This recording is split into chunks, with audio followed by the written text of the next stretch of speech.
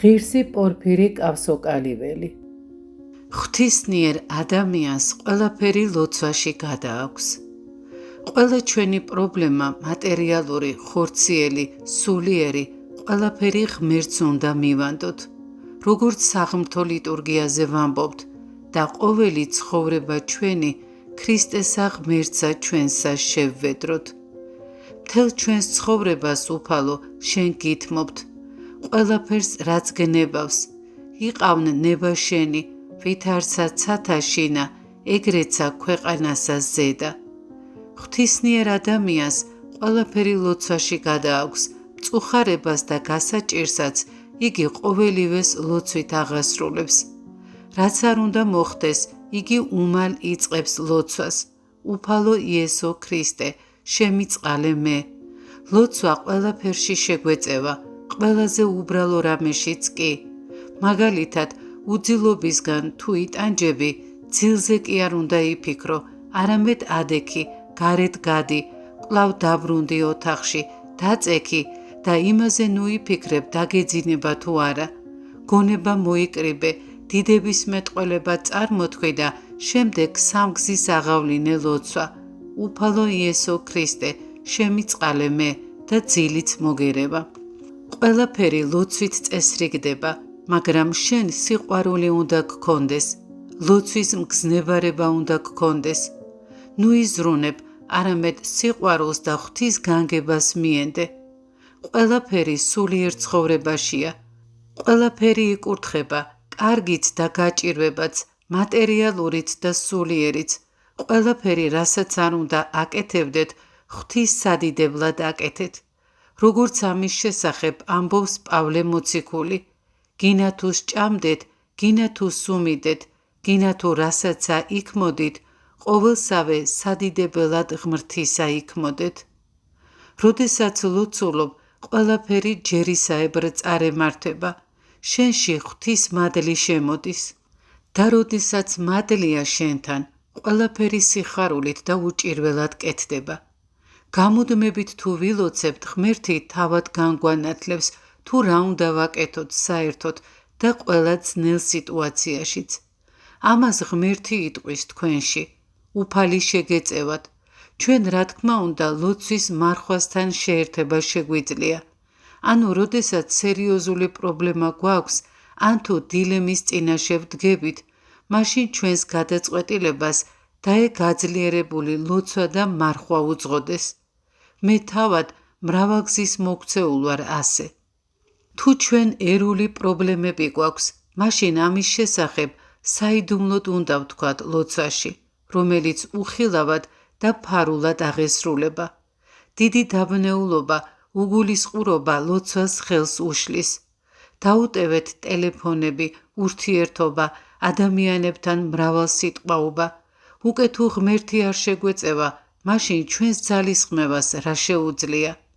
ჩვენ მხოლოდ ლოცვა, სიყვარულით ლოცვა ხელგვეწიფება.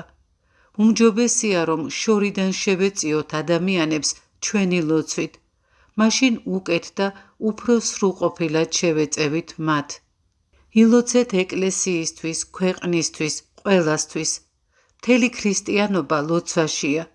უკვე თუ მხოლოდ საკუთარი თავისთვის ლოცულობთ, ამაში ანგარება იმალება. მაგრამ როდესაც ეკლესიისთვის ლოცულობთ, მაშინ თქვენც ეკლესიის წიაღში იმყოფებით. თქვენ იმას უნდა ესწრაფოდეთ, რომ ქვეყანა განიწმინდოს, იკურთხოს, რათა ყველა გაქრისტიანდეს. მაშინ თქვენ ეკლესიაში შედიხართ, სამოთხისეულ სიხარულში, ღმერთში ცხოვრობთ, რადგან ეკლესიაში ცხოვრობს ღვთის ყოველი სავსება. დიდია ლოცვის ძალა, ძალიან დიდი, განსაკუთრებით მაშინ, როცა ძმათა სიმრავლე აღასრულებს მას. საერთო ლოცვაში ყველა ერთიანდება, მოყვასი საკუთარი თავივით უნდა აღვიქვათ. ამაშია ჩვენი სიცოცხლე, ჩვენი სიხარული, ჩვენი საგანძური. ქრისტეში ყოველივე ადვილია. ქრისტე ეს არის ცენტრი, ყველა ცენტრისკენ ისწრაფის და უერთდება ერთ სულს და ერთ გულს. რაღაც მსგავსი მოხდა სულთმოფენობის დღესაც. როდესაც ყველა ერთად ისმეს ფსალმოს და სხვა საკითხავებს, ერთსა და იმავე დროს და ერთსა და იმავე ადგილზე, მაშინ ღვთისმადლის სმენისას ყველა იქ მყოფი ერთიანდება, რადგან წაკითხულს ყველა ისმენს და მასში ყველა მონაწილეობს. მრავალი ძლიერდება თითქოს ყველა წყურვილით შესცქერის ერთსა და იმავე მშვენიერ საგანს. ამ მშვენიერი საგნისადმი მზერა აერთიანებთ. მაგალითად, პეტრე მოციქულის საპყრობილედან გათავისუფლება, ხოლო ლოცვაი გულსმოდგინეთ იყოფოდა ეკლესიათა მიერ ღმრთისა მიმართ მისთვის. ამ ლოცვამ გამოიყვანა პეტრე საპყრობილიდან. სიყვარული, ღვთისმსახურება, მგზნებარის სწრაფვა, ღმერთთან, ეკლესიასთან ერთობა, ეს არის სამოთხე დედამიწაზე. ღვთის მადლს თუ მოვიპოვებთ, მაშინ ყოველივე იოლი ხდება, ღვთის კურთხევითა და სიხარულით. მაჩვენეთ სხვა ასეთი რელიგია, რომელიც ადამიანს სრულყოფდა და გააბედნიერებდა. სამწუხაროა, რომ ჩვენ ეს არ გვესმის. როდესაც ვინმე ჩვენგანს რაიმე პრობლემა აქვს, მაშინ სხვებსაც უნდა ვთხოვოთ, რომ ილოცონ. ღმერთს რწმენითა და სიყვარულით უნდა შევთხოვოთ.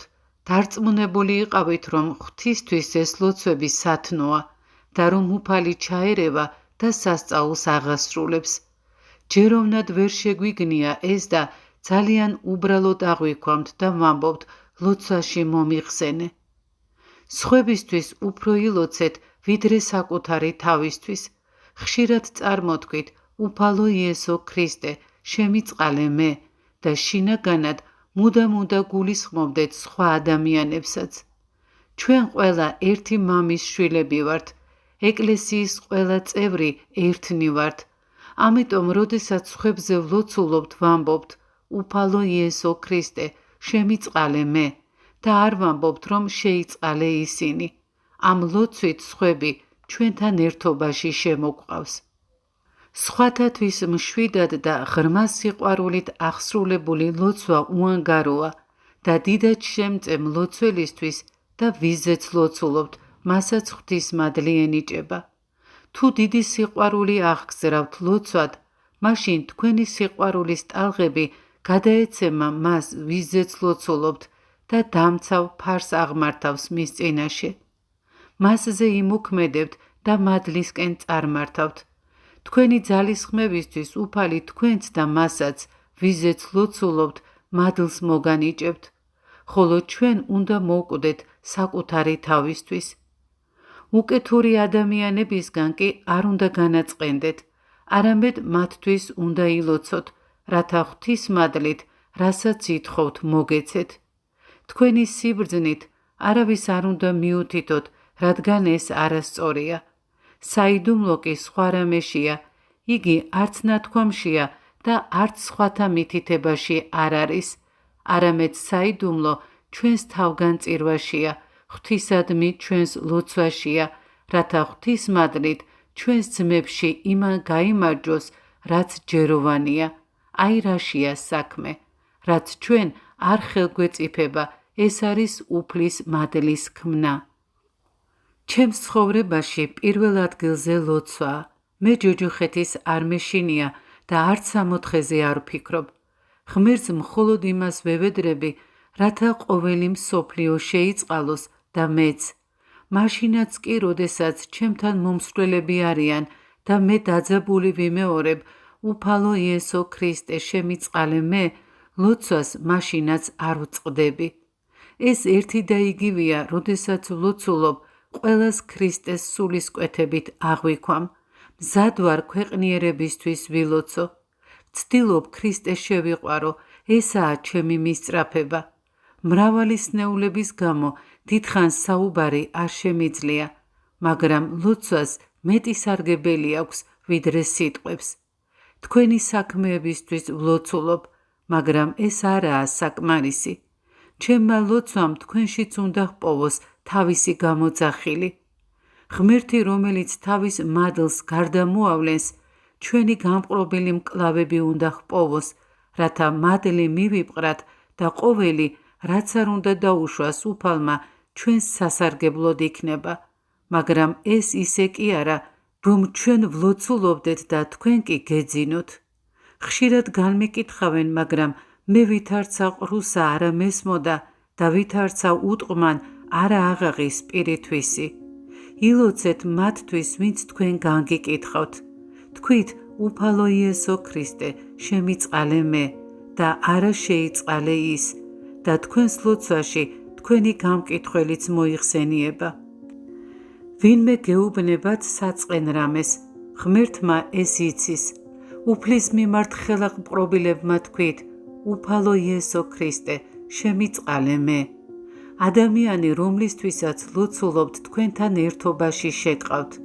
ღმერთმა მისი პრობლემების სიღრმეები უწყის და თქვენს სიყვარულს რომ იხილავს, მის დახმარებას დაეშურება.